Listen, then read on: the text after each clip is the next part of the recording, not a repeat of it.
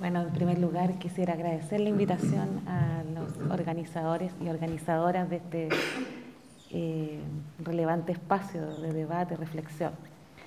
Para presentarme quisiera contarles que soy, feminista, activista, pertenezco a la Red Chilena contra la Violencia hacia las Mujeres, de oficio la historia como disciplina, y también participo acá desde hace bastante tiempo en la Universidad de Chile del Núcleo de Investigación y Acción sobre Juventudes. Así que, volver a agradecer este espacio, y lo que les quiero presentar es en el marco de esa participación activista, una investigación que realizamos el año 2013 con la Red Chilena en relación a la violencia extrema sobre las mujeres. Contarles que la Red Chilena es un espacio de articulación de organizaciones de mujeres y feministas que justamente su objetivo es poder abordar mediante, digamos, la producción de conocimiento y la acción directa del trabajo, la denuncia, la movilización, erradicar la violencia contra las mujeres. En este proceso de prácticas, digamos, políticas, se hacen asambleas durante el año, preferentemente 2 durante el año, a nivel nacional, donde participan diversas organizaciones, y en estas se van actualizando reflexiones sobre cómo se está presentando este terrible problema de la violencia, considerando que en Chile al menos tenemos un promedio de casi 2 femicidios a la semana y que va en aumento lamentablemente.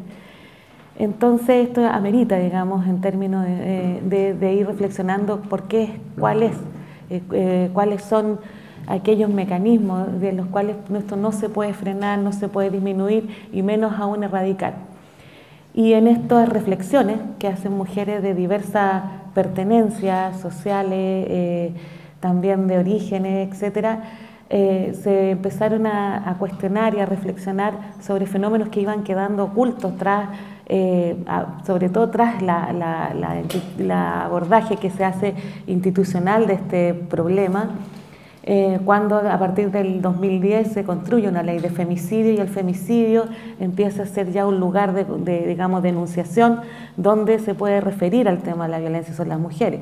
Hoy, y dicho sea de paso, femicidio, conceptualización creada y construida por el movimiento feminista. Y además también propuesta por el movimiento feminista de mujeres, digamos, para que pueda estar operando en su legislación. Sin embargo, esta legislación acude, digamos, a la referencia de femicidio cuando se da en relaciones, digamos, de relaciones de pareja o digamos, de matrimonio.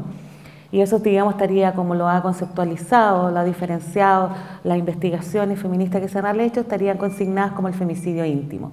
Por lo tanto, todo lo que tenga que ver fuera de esta relación, de las relaciones, queda fuera, digamos, de la consignación, de la contabilidad de otros tipos, digamos, de violencia que se ejerce fuera de estas relaciones, con la violación, la violencia sexual, etcétera, y otros 2 fenómenos que van conexos a la violencia femicida, que tiene que ver que era algo que estaba bien oculto, que era el suicidio, que la categorizamos como suicidio femicida, que ahí se tuvo que hacer toda una triangulación para investigar con el Instituto Médico Legal cuántas de las mujeres que se suicidaban finalmente tenían rastrear cuántas de ellas habían hecho denuncia por violencia, llegando alrededor con todas las dificultades que le digo, de todo tiempo, digamos, en todo, incluso que ya yo creo que aquí en Chile se sabe que hay un problema con los registros, ¿no?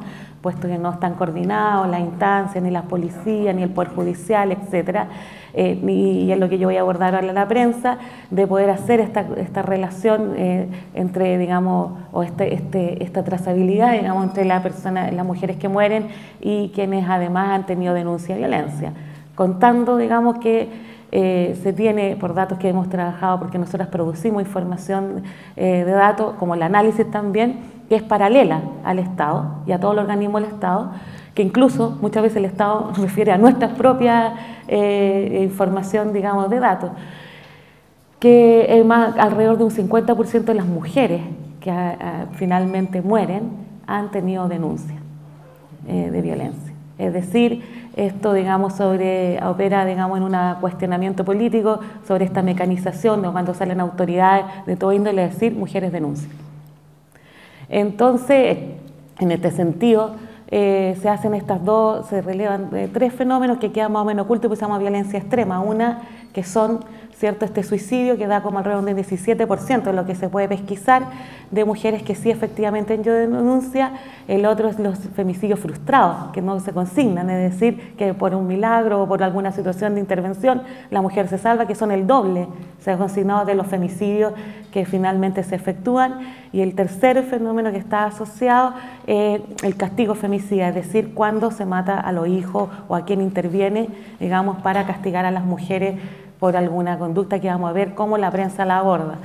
Particularmente a mí me tocó de este estudio que se lanzó este año hacer el análisis de prensa.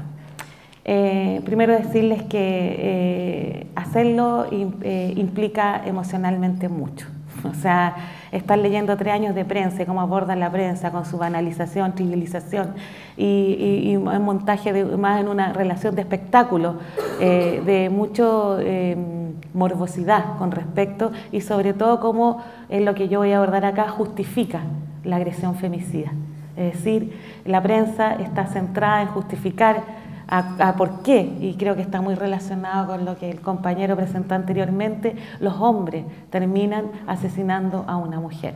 Les quiero presentar algunos de estos como digamos tópicos de análisis, porque en realidad es mucho más largo, pero me quiero basar fundamentalmente en que el femicidio a partir del 2010, justamente cuando hay un cambio de gobierno, que es cuando entra el gobierno de la Alianza, digamos, incluso es tan así que se espera el primer femicidio del año. Es decir, también aquí hay una deshumanización en el mismo registro, es decir, se está esperando y contabilizando cuántas muertas hay. Es decir, y se va haciendo un registro sin implicarse, digamos, con lo que significa la vida de una sola mujer, que es lo que por eso nosotras hemos construido, digamos, las feministas, que ninguna mujer menos, ni una muerta más. Para nosotros la vida de una es la vida de todas. Entonces, en este caso, por ejemplo, comenzamos con referencia al primer femicidio del año 2010, que ocurrió en Valparaíso el 3 de enero. ¿Por qué empezamos con este? Porque este es como así, el primer femicidio del 2010, como lo consigna la prensa, ¿ya? Y se genera una cobertura a nivel nacional y regional durante varios días, situación que después no va a suceder durante el año, es decir, no va a haber un seguimiento con el primer femicidio. ¿Y por qué este es tan importante? Porque se está esperando, dado ya los resultados de las elecciones, qué opina el presidente de la República, ¿no? Entonces, y hecho el primer femicidio, configurará después la estructura del relato que tiene casi toda la prensa durante los 3 años. Es decir, se encontrará una característica más o menos relacionada durante todo este periodo. Expresan un gran sensacionalismo, es decir, lo que hay es un ensañamiento en la ejecución del femicidio, contando cuántas puñaladas, en general, o sea, cuántas puñaladas, es decir, cómo murió la mujer, cómo fue asesinada, se centra ahí, ¿no? Mencionando la cantidad, los disparos, los golpes o la combinación de todas estas formas. Del mismo modo, se destacan las violaciones, la violencia sexual en la comisión del delito. Se complementa con información sobre lo que ocurrió con el agresor. Es decir, eso es, mujer murió de tantas puñaladas y el agresor se suicidó, huyó, etcétera, ¿no? Que se entrega si se entrega a la policía o está prófugo. En las bajadas o desarrollo de la noticia se entrega información sobre la víctima y el agresor, los nombres, la edad y los vínculos. Adicionalmente se informa la ocupación, pero aquí, ojo, que especialmente no de la mujer, sino del femicida. Y aquí empieza a trasladarse todo el foco de atención sobre el agresor, no sobre la mujer, qué es lo que hacía, quién era, ¿ya? Y ahí se le relaciona o no a la mujer solo en relación si tiene hijo o es madre, no si era profesional, si trabajaba, si tenía alguna profesión. Dependiendo de la connotación del hecho, se integran otros integrantes o de apreciación de los familiares, hijos, familiares, vecinos, y alguna autoridad. El ministro del CERNAM, etcétera, policía, etcétera. En un porcentaje significativo, la prensa relata los móviles o hipótesis que hay sobre el femicidio. Y en esta hipótesis es que se dan estas justificaciones que hemos podido detectar. tomando en cuenta que la red, ¿cierto?, tiene en estos años, tiene un registro de la prensa. Tenemos, por ejemplo, que tuvimos una cobertura del análisis de la prensa sigue siendo, y esto también, y por eso es tan importante, la fuente de información mayoritariamente sobre este problema, digamos, de los femicidios. Es decir, nosotros pudimos hacer un seguimiento de un registro de los 3 años de un 88,46%, ¿ya? Ahora, una situación que se va agregando a esto es también, y que lo podemos, por eso lo hemos destacado, es en relación a las mujeres que no son chilenas, que sabemos que no son chilenas porque se subraya en esa característica, es decir, de no ser chilena. Y por ejemplo, tenemos el caso asociado, digamos, a mujeres dominicanas que las vinculan al trabajo sexual inmediatamente, como las mujeres colombianas. Es decir, hay una asociación de un tema, digamos, más bien de discriminación de las mujeres, digamos, por ser inmigrantes. Al final del año pasado salió una investigación, una verdadera investigación periodística, respecto a qué pasa este fenómeno que está pasando de las inmigrantes dominicanas y la violencia, no solo lamentable, no solo la violencia que llega a este extremo. Si ustedes ven ahí 92 puñaladas, 2 mujeres en una situación muy recurrente, pero ahí es cómo se aborda esto, ¿no? Igual que una mujer colombiana, que yo resguardé su nombre obviamente por respeto, ¿no? Pero una mujer colombiana que salió mucho en ese año, que era toda la prensa decía prostituta colombiana, cayó del 9º piso, ¿no? Sin embargo, y aquí me quiero detener un poco, sin embargo la prensa lo analizaba del siguiente momento, no sé si puede ser la otra.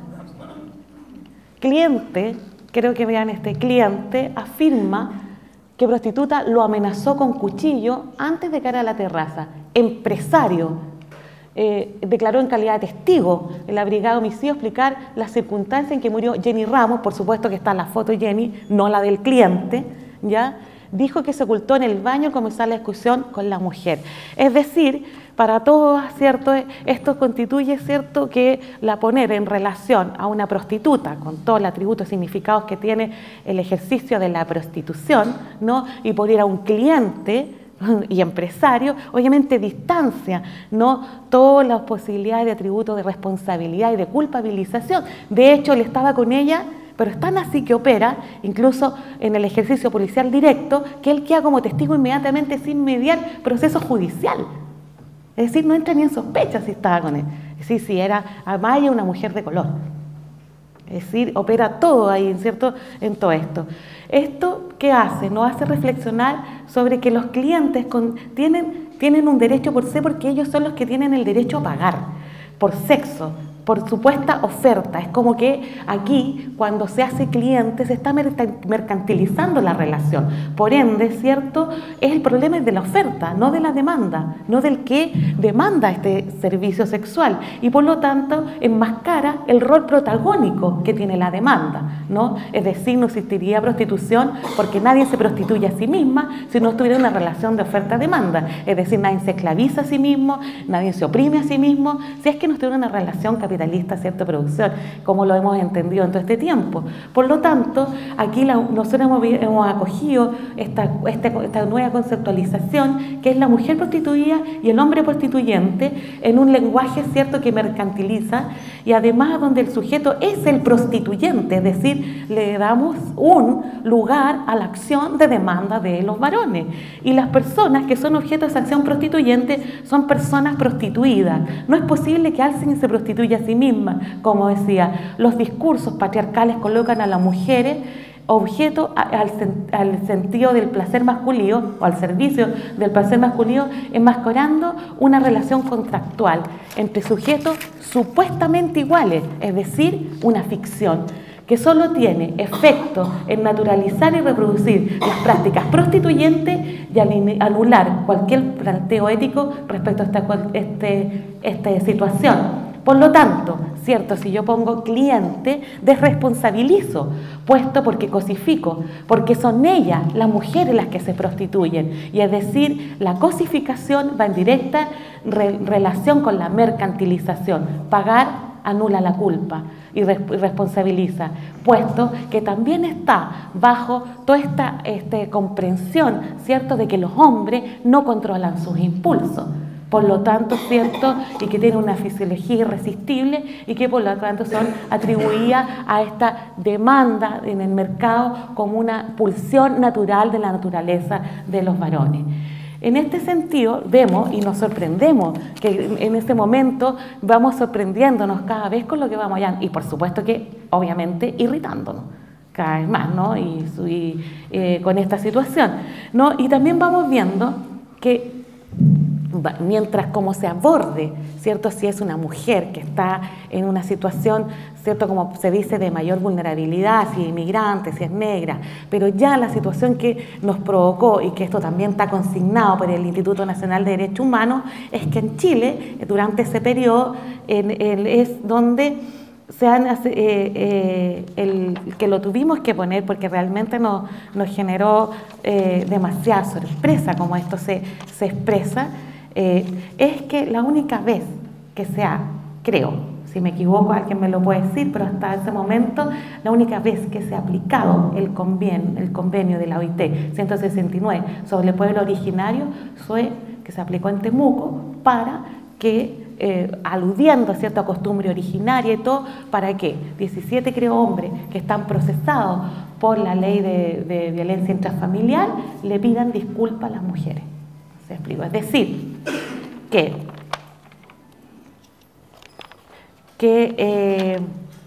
esa es la única, creo que es la única vez que se da en las cuales, ¿cierto?, se aplica esto para que pueda un hombre pedir gracias, pedir disculpas. O sea, también aquí opera, ¿no?, que no se aplica, digamos, para toda la violencia que está recibiendo el pueblo mapuche, con allanamiento, etcétera, con todo lo que sabemos de la cuestión, pero sí se aplica para decir que la violencia contra las mujeres mapuche, aludiendo a no sé qué, ¿cierto?, es parte de las costumbres de este pueblo y solo basta con que estos hombres procesados, aplicados por jueces, digan disculpa para que esto se funcione. Son muchos más, pero yo me quiero ir un poco a decirles que, la última cosa, y puedo después comentar, que en el caso de hombres, por ejemplo, con mayor profesionales o que tienen otro nivel como socioeconómico, se justifica porque había problema económico, porque la mujer se quería separar. Es decir, les quiero decir que en todos los casos siempre se justifica al agresor. Agresor, y la situación generalmente estaba cegado por los celos ciegan, y eso tiene que ver, ¿cierto?, como todas estas proposiciones que nos entregan, ¿no?, como análisis, lo que hace es decir que el mito, los celos y el amor romántico se refundan en estos relatos. Es decir, el hombre tiene autorización para, digamos, matar, agredir o violentar cuando una mujer es potencialmente infiel o lo es. Es decir, entonces eso es lo primero que remite, es decir, cegado por los celos, omnibulado por las deudas, y la otra es la patologización del agresor, alcohólico, drogadicto, enfermo, etc. Es decir, en ninguna, creo que hay un solo caso que fue en Antofagasta que llamado un seguimiento, se dice violencia machista. Y eso es lo que nosotros decimos, esto es violencia machista. Por eso nosotras hemos salido año a año, todos los 25 de noviembre, con nuestra frase que nos pulsa a seguir luchando tanto en la producción de conocimiento como en la práctica política, decir el machismo mata. Muchas gracias.